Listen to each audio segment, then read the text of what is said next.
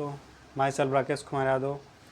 मैं आज digestive system का मेजर चैप्टर जो था उसके minor topic digestion of small intestine को पढ़ाने चल रहे हैं। यानी कि आज का जो लेक्चर होगा हम इसमें ये देखेंगे कि डाइजेस्टिव सिस्टम में जो हम लोग स्मॉल इंटेस्टाइन जो है हमारा ऑर्गन, उसमें किस तरीके से पाचन होता है। अब पाचन तो हुआ कहाँ, ओरल कैविटी से पचाते आ रहे हैं, उसके बाद स्टमच में, अब नेक्स्ट क्या है, इंटेस्टाइन में। तो शुरू करते हैं। इसमें क्या होता है, देखिए स्मॉल इंटेस्टाइन में बहुत टाइप के मूवमेंट पाए जाते हैं और स्मॉल इंटेस्टाइन की जो सेल्स होती हैं, जो कि कैनाल होता है, पूरी एलिमेंट्री कैनाल 4 लेयर से बना होती है, सीरोसा, मस्कुलरिस, सबम्यूकोसा और मिकोसा। तो उसी तरह ये जो अलग अलग लेयर होती हैं उनमें अलग अलग मूवमेंट पाई जाती है। तो स्मॉल इंटेस्टाइन में भी डाइजेशन को कराने के लिए उसके अंदर बहुत प्रकार के मूवमेंट होते हैं। तो हम पॉइंट को एक्सप्लेन कर रहे हैं। कह रहा है कि various type of movement are generated by muscularis layer, यानी कि स्मॉल इंटेस्टाइन का जो मस्कुलरिस लेयर है उसमें बहुत प्रकार का मूवमेंट होता है। ठीक है, next, these movement help in the thorough mixing of food. ये जो मूवमेंट होता है इसके द्वारा क्या होता है, फूड का मिक्सिंग होता है। क्या होता है, मिक्स होता है, समझ रहे हो। जैसे कि क्रशर में हम लोग डालते हैं तो उसमें क्या होगा, मिक्सिंग हो जाएगा इन मूवमेंट के द्वारा। और क्या होगा, उसके द्वारा वेरियस सिक्रीशन भी होते हैं। जो ये मस्कुलरिस लेयर होते हैं उसमें बहुत टाइप के ऐसे सेल होंगे, बहुत टाइप के ऐसे ग्लैंड होंगे जो सिक्रीशन करते हैं। तो बहुत टाइप के क्या होंगे जो लेयर होते हैं उसके अंदर, उस सिक्रीशन का भी काम करते हैं इंटेस्टाइन में, और देयर फॉर फैसिलिटेट डाइजेशन। तो यानी कि जो मस्कुलरिस लेयर होता है उनमें मूवमेंट और सिक्रीशन के कारण क्या होता है, डाइजेशन का काम होता है। अब जो इसके अंदर सिक्रीशन होता है उसके ब्रश बॉर्डर एपिथेलियल से होता है। किसके द्वारा होता है, ब्रश बॉर्डर सेल्स होती है, वो सिक्रीशन का काम करती है। ये कहाँ पाई जाती है, ब्रश बॉर्डर सेल्स, ये जो म्यूकोसा लेयर है उसके अंदर पाई जाती है। और कह रहा है कि with the secretion of goblet cell, और गॉबलेट सेल से म्यूकस सिक्रीशन होता है। तो म्यूकस सिक्रीशन के साथ ये क्या करती है, पाचन में हेल्प कराती है। तो ये जो होती है constituents the intestinal juice and सकस इंटेरिकस। इंटेस्टाइनल जूस का दूसरा नाम क्या है, सकस इंटेरिकस।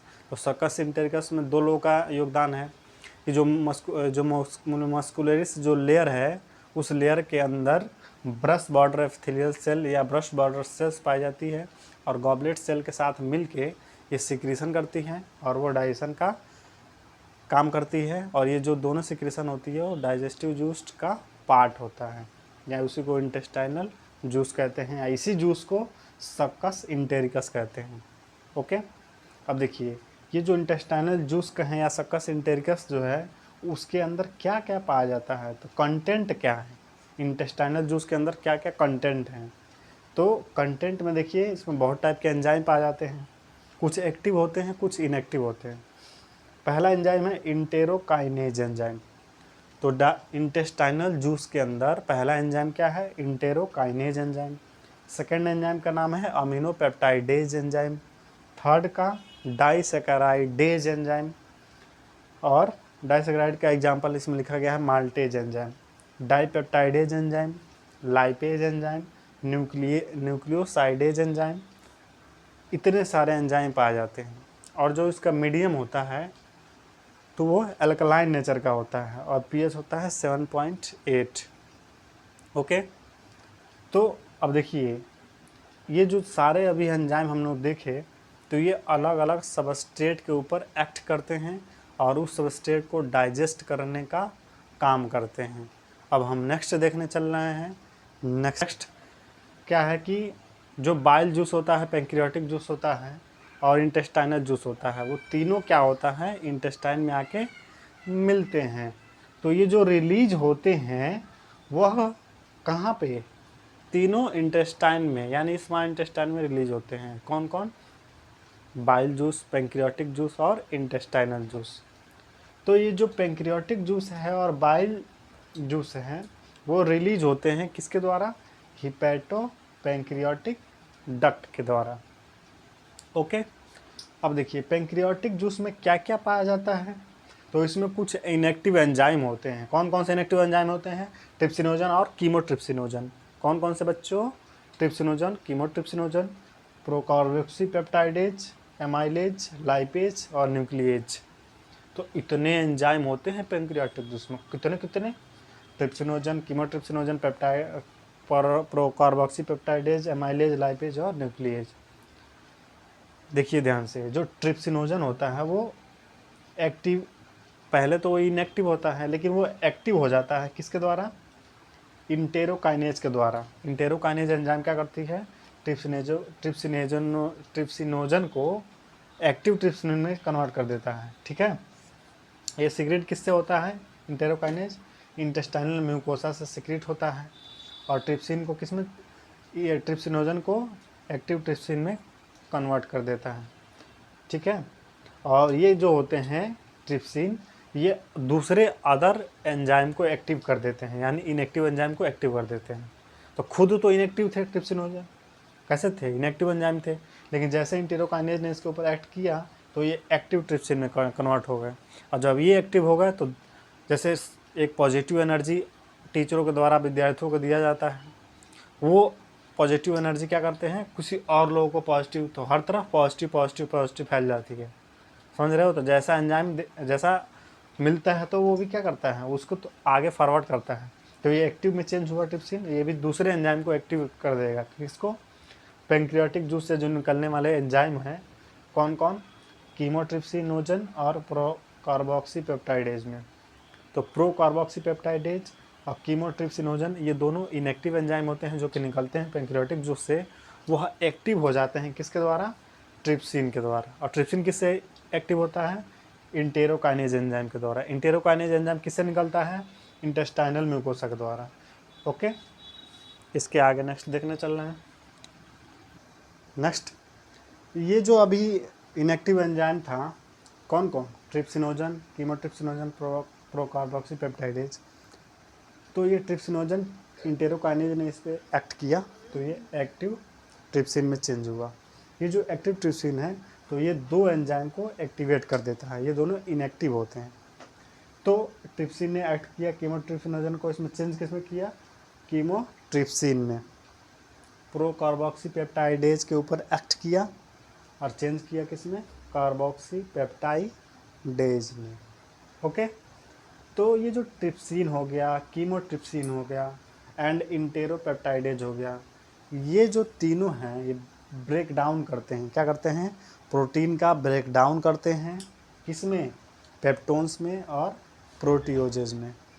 तो फिर से सुनिए, इंटेरोकाइनेज एंजाइम ने ट्रिप्सिनोजन को एक्टिव ट्रिप्सिन में चेंज किया। जो एक्टिव ट्रिप्सिन था वो कीमोट्रिप्सिनोजन और प्रोकार्बोक्सीपेप्टाइडेज को एक्टिव एंजाइम जैसे रिस्पेक्टिव कीमोट्रिप्सिनोजन और कार्बोक्सीपेप्टाइडेज में चेंज किया। अब ये जो तीनों एक्टिव एंजाइम है, ट्रिप्सिनोजन, कीमोट्रिप्सिन और कार्बोक्सीपेप्टाइडेज, ये तीनों ने प्रोटीन के ऊपर एक्ट किया। और जैसे ही प्रोटीन के ऊपर अपना एक्ट किया तो वो उसको क्या कर दिए? तोड़ दिए। किसमें? पेप्टोन्स में और प्रोटियोजेज में। ओके, नेक्स्ट, ये जो कार्बोक्सीपेप्टाइडेज और ये जो होते हैं कार्बोक्सीपेप्टाइडेज, वो एक्सोपेप्टाइडेज होते हैं। और ये क्या करते हैं? ये ब्रेक डाउन करते हैं किसका? पेप्टोन्स का और प्रोटियोजेज का। किसमें? पेप्टाइड में। तो कोई पूछे कि प्रोटीन का फाइनल ब्रेकडाउन किस में होता है? तो पेप्टाइड में। ठीक है, अब किससे मिलके बने होते हैं? तो प्रोटीन किसके मिलके बने होते हैं? पेप्टाइड से। और दो पेप्टाइड आपस में जुड़े होते हैं एक बॉन्ड से, जिसको पेप्टाइड बॉन्ड कहते हैं। ओके, तो ये जो प्रोटियोजेज हैं और पेप्टोन्स हैं, ये किसके द्वारा? कार्बोक्सीपेप्टाइडेज के द्वारा पेप्टाइड में ब्रेक डाउन हो जाते हैं। नेक्स्ट देखने चल रहा है कि जो बाइल रिलीज होता है किससे? लीवर से। वो कहाँ रिलीज हो जाता है? डिओडेनम में। तो जो बाइल रिलीज होता है डिओडेनम में, उसमें क्या क्या होता है? बाइल पिगमेंट होता है। बाइल पिगमेंट में बिलिरुबिन और बिलिवर्डिन होता है, बाइल साल्ट होता है, कोलेस्ट्रॉल होता है, फास्फोलिपिड होते हैं, लेकिन कोई एंजाइम नहीं होता है। तो ये बात याद रखिएगा कि बाइल में किसी प्रकार का एंजाइम नहीं होता है। कहीं कोई लिख के आ गया कि bile have how many enzyme या विच एंजाइम, तो सोचिएगा भी मत कि कोई एंजाइम होता ही नहीं है कोई एंजाइम, ठीक है। हाँ ये बात अलग है, उसमें by salt, by pigment, cholesterol वगैरह होते हैं, ठीक है। निकलता किससे है, लिवर से। सिक्रेट कहाँ स्टोर कहाँ होता है, गाल ब्लैडर में। और सिक्रेट किस में होता है, डिओडेनम में। ओके, कौन से हार्मोन के प्रभाव से, पहले वीडियो में बता चुके हैं, कोलिसिस्टोकाइनेज एंजाइम के द्वारा। नेक्स्ट देखिए, जो बाइल साल्ट होता है वो इमल्सिफिकेशन करता है फैट का, यानी कि बड़े फैट को छोटे छोटे ड्रॉपलेट्स में चेंज करता है। ये जो बाइल होता है वो एक्टिव कर देता है, लाइपेज को एक्टिवेट कर देता है, जो लिपिड के पाचन के लिए जो लाइपेज एंजाइम होता है उसको एक्टिव करता है। ओके, ये जो इंटेस्टाइनल म्यूकोसा होते हैं, इंटेस्टाइनल के अंदर जो इपिथेलियल सेल होते हैं उसमें छोटे छोटे गॉबलेट सेल पाए जाते हैं। जो गॉबलेट सेल होते हैं वो म्यूकस का सिक्रीशन करते हैं। जो म्यूकस होता है वो प्रोटेक्शन करता है इंटेस्टाइनल के इनर लेयर को, किससे, एसिडिक नेचर ऑफ, किससे, फूड। जैसे स्टमक से जो एसिडिक नेचर करके जो फूड आया है वो जब इंटेस्टाइन में आया तो उसको बचाता है कौन। नेक्स्ट हम देखने चल रहे हैं कि जो पार्शियली हाइड्रोलाइज प्रोटीन है, जैसे पेप्टोन, प्रोटियोजेज, तो जो प्रोटीन पार्शियली हाइड्रोलाइज प्रोटीन और प्रोटीन जो होते हैं ये क्या होते हैं, डाइजेस्ट होते हैं ट्रिप्सिन या कीमोट्रिप्सिन और कार्बोक्सीपेप्टाइडेज के द्वारा, किसमें, डाइपेप्टाइड्स में। तो डाइपेप्टाइड्स क्या है, फाइनल प्रोडक्ट है किसका, प्रोटीन का, पाचन का, ठीक है। नेक्स्ट देखने चल रहा है कि जो कार्बोहाइड्रेट होता है वो काइम में पाया जाता है। काइम किसको बोलते हैं, जो सारा जूस जिसमें पैंक्रियाटिक जूस वगैरह सब मिल चुका है after food passing through the stomach जो पास होके आ रहा है, तो जो काइम होता है उसमें जो कार्बोहाइड्रेट पाया जाता है वह एक एंजाइम के द्वारा डाइजेस्ट होता है जिसका नाम है एमाइलेज। पैंक्रियाटिक एमाइलेज के द्वारा क्या होता है, डाइसैकेराइड्स में डाइजेस्ट हो जाता है, यानी कन्वर्ट हो जाता है कह लीजिए। तो कार्बोहाइड्रेट एमाइलेज के द्वारा पाचन होता है किसमें, डाइसैकेराइड्स के द्वारा। देख लीजिए, ये जो स्टार्च है, स्टार्च एक प्रकार का पॉलीसैकेराइड्स है, पॉलीसैकेराइड एक प्रकार का कार्बोहाइड्रेट है, और कार्बोहाइड्रेट है तो एमाइलेज एंजाइम के द्वारा किस में चेंज हो रहा है, डाइसैकेराइड्स में। और डाइसैकेराइड किस में चेंज हो जाएगा, मोनोसैकेराइड्स में। जो फैट होते हैं वो लाइपेज के द्वारा डाइजेस्ट होते हैं। Fat are broke down in by the lipases with the help of bile monosaccharides में। तो यानी कि जो फैट होते हैं लाइपेज के द्वारा किस में चेंज हो जाएंगे, डाइसैकेराइड्स में, डाइसैकेराइड्स नहीं डाइग्लिसराइड्स, ठीक है, डाइग्लिसराइड्स में, ठीक है। और डाइग्लिसराइड किस में चेंज हो जाएंगे, मोनोग्लिसराइड्स में। तो फैट जो चेंज होगा किसके द्वारा, लाइपेज के द्वारा। तो क्वेश्चन आता है कि फैट का पाचन किसके द्वारा आ जाए, कौन से एंजाइम के द्वारा होता है, तो लाइपेज के द्वारा। और फाइनल प्रोडक्ट क्या बनता है, मोनोग्लिसराइड्स। ओके, जो न्यूक्लिक एसिड होते हैं डीएनए आरएनए उनका भी पाचन होता है किसके द्वारा, न्यूक्लिएजेज एंजाइम के द्वारा। जो न्यूक्लिएज एंजाइम होते हैं वो क्या करते हैं, न्यूक्लिक एसिड डीएनए आरएनए का क्या करते हैं, पाचन करते हैं किसमें, न्यूक्लियोटाइड्स में। क्वेश्चन आता है कि न्यूक्लिक एसिड किससे मिलकर बना होता है, तो न्यूक्लियोटाइड से। ओके, तो न्यूक्लियोटाइड भी ब्रेक डाउन हो जाता है किसमें, न्यूक्लियोसाइड्स में, किसके द्वारा, तो न्यूक्लियोटाइडेज एंजाइम के द्वारा। ओके, तो अभी हमने देखा पाचन। तो जो फाइनल प्रोडक्ट है, जैसे आपने खाया तो खाने के बाद अब तो लास्ट है, तो लास्ट में पाचन कराते हैं। अब इसके बाद कोई कहीं रुकने की ज़रूरत नहीं है। अब खुशी खुशी जो चीज़ आप खाए हैं उसका पाचन आपके शरीर में हो जाएगा और उसके बाद आपको मिल जाएगा। ओके, तो यानी कि अब देखने चल रहे हैं कि लास्ट स्टेप ऑफ पाचन। Okay, final step of digestion in small intestine. Okay, तो जो ये कहाँ होता है फाइनल स्टेप, ये होता है एपिथेलियल सेल में, म्यूकोसल के एपिथेलियल सेल में। ये कहाँ होते हैं, इंटेस्टाइन में होते हैं। तो जो डाइपेप्टाइडेज है, डाइपेप्टाइड्स का पाचन डाइपेप्टाइडेज एंजाइम के द्वारा अमीनो एसिड में होता है।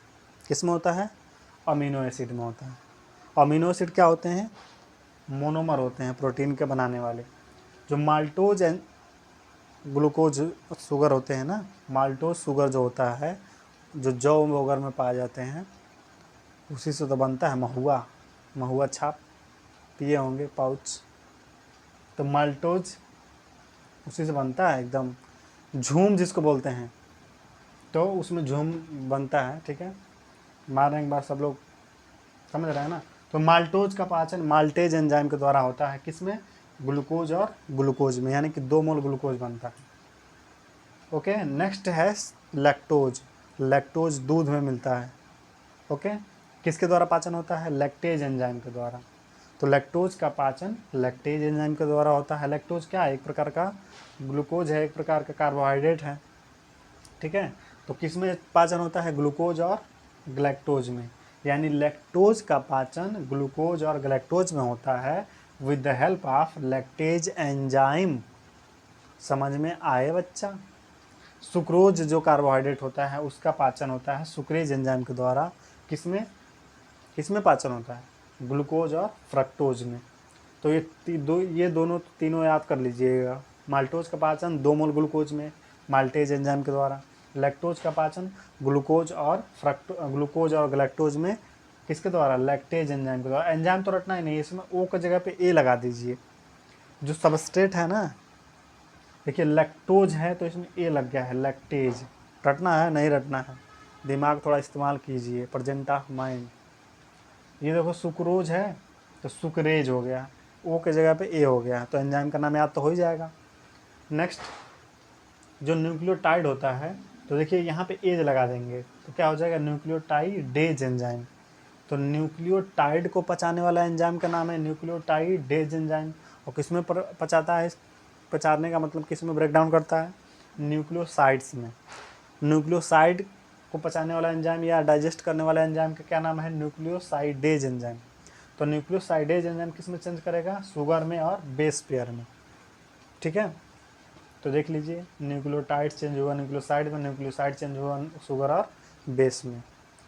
अब देखिए, जो डाई और मोनोग्लिसराइड्स होते हैं, जो फैट के पाचन के बाद बने थे, वो लाइपेज एंजाइम के द्वारा फैटी एसिड और ग्लिसरॉल में चेंज हो जाते हैं। तो ये इतना फाइनल प्रोडक्ट था पाचन में। अब हम नेक्स्ट देखने चल रहे हैं। तो नेक्स्ट देखने चल रहे हैं कि जो अभी हम डाइजेशन देखें, तो कौन से सबस्ट्रेट का कहाँ पे एब्जॉर्प्शन होता है या फाइनल प्रोडक्ट का डाइजेशन होता है। तो ब्रेकडाउन ऑफ बायोमैक्रोमोलिक्यूल्स, जैसे कार्बोहाइड्रेट जो फैट वगैरह हैं, उनका जो फाइनल क्या होता है, ब्रेकडाउन होता है डिओडेनम में, बायोमैक्रोमोलिक्यूल्स का। डिओडेनम किसका हिस्सा है, स्मॉल इंटेस्टाइन का एक भाग है। तो बायोमैक्रोमोलिक्यूल्स का फाइनल ब्रेकडाउन कहाँ होता है, क्वेश्चन में आएगा तो क्या बताएंगे, डिओडेनम में। ओके, कुछ सिंपल सबस्टांस होते हैं जैसे ग्लूकोज फ्रक्टोज वगैरह जो होते हैं, वो जो एब्जॉर्ब होते हैं वो कहाँ एब्जॉर्ब होते हैं, तो जेजुलम में। ये जेजुलम क्या होता है, और इलियम में। जेजुलम और इलियम क्या होते हैं, यह स्मॉल इंटेस्टाइन का पार्ट है। डिओडेनम, जेजुलम और इलियम 3 पार्ट होते हैं। तो जो सिंपल सबस्टांस होते हैं, सिंपल सबस्टांस बोले तो ग्लूकोज फ्रक्टोज, ये सिंपल सबस्टांस है ना, सिंपल कार्बोहाइड्रेट समझ लीजिए। तो जेजुलम और इलियम में क्या होता है, इनका अवशोषण यानी कि एब्जॉर्प्शन होता है, ठीक है। तो मोस्ट प्रोटीन का कहाँ ब्रेकडाउन होता है, क्वेश्चन में आता है कि मोस्ट ऑफ द प्रोटीन, यानी अधिकतर प्रोटीन कहाँ डाइजेस्ट हो जाता है या ब्रेकडाउन हो जाता है। डाइजेशन मतलब ब्रेकडाउन, तो आंसर होगा स्टमच या स्टमक, ठीक है। और कहा जाएगा कि पूरी तरीके से कार्बोहाइड्रेट का पाचन प्रोटीन का पाचन कहाँ होता है, कम्प्लीटली। क्वेश्चन ध्यान से अगर पूछा जाएगा most of the protein, stomach, completely of protein digestion, तो आंसर चेंज हो जाएगा। तो क्या बताएंगे आप, डिओडेनम में। डिओडेनम में पूरी तरीके से कार्बोहाइड्रेट का पाचन हो जाता है। Next, most of fat digestion occur, यानी कि ज़्यादातर हिस्से का जो प्रोटीन होता है वो कहाँ पे डाइजेस्ट होता है, स्मॉल इंटेस्टाइन में। ओके, अब यहाँ स्मॉल इंटेस्टाइन के बाद पूरे डाइजेशन की प्रोसेस हो जाती है। इसके बाद जो होती है, जो हमारा जो फूड मटेरियल होता है, वो फर्दर पास हो जाता है कहाँ पे, लार्ज इंटेस्टाइन में। लार्ज इंटेस्टाइन में पाचन नहीं होता है, 2 काम होता है। क्या क्या होता है वो हम नेक्स्ट वीडियो में देख लेंगे, लेकिन फ़िलहाल बता दे रहे हैं कि वाटर और ड्रग्स का क्या होता है, एब्जॉर्प्शन होता है। Thank you.